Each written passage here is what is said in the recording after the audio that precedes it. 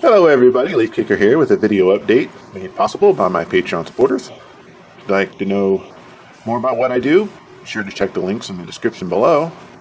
This is a Millennium puzzle box. I'll hold 100 double sleeve cards. This is the latest version that I have of this specific box. I had to remodel and make a new mold of this one. My mold failed early, and so we got this new one ready to go.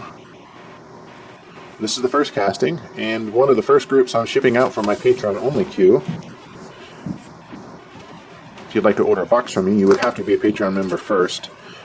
As soon as I get my order queue all caught up, I will be making boxes ready to ship in my Etsy store. I just haven't caught up on my queue yet, so we're still working on that. Got a couple more that are going to be shipping out this week. This is a head-drawn deck box for another Patreon member. He asked for a stone-looking box with a blue glow. These will hold 100 double-sleeved cards, and they also have room in there for dice.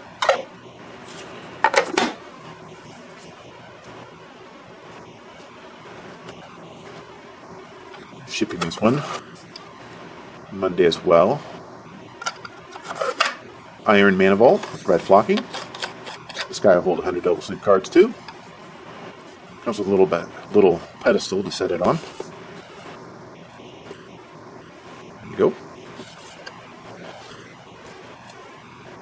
And some lucky person is going to be getting this as a gift. I'll be shipping this one out Monday as well. It's a green sliver egg with blue flesh and gold armor.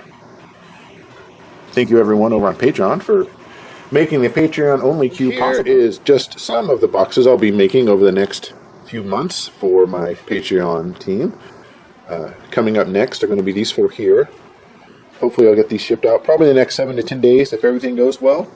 Be a top, a Mana Vault, a Ratchet Bomb, and another head-drawn. And you guys asked if I'd show some of the before it's assembled pics, and this is what castings look like as they come out of the mold. These will all be finished up to their nice, shiny, beautiful artifact-looking pieces. And I will also be working on these 3 Chaos Orbs, which happen to be the requested prize pieces for the last month's video. So Joel, Brandon, and Wilson, this is the beginnings of your deck boxes that you requested. And we got a spot reserved for the September winner.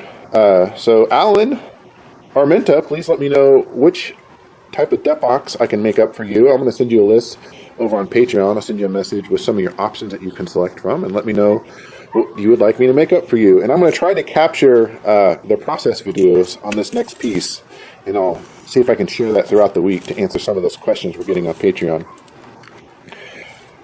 I have finally gotten the new mold for the Settlers boards made up so that I can make the master mold. For those who you're following along for this set, I'm making pieces that you all can paint or cast on your own, and we did some castings to try to test out the mold I originally made, and I need to design a different mold that's not thin like this.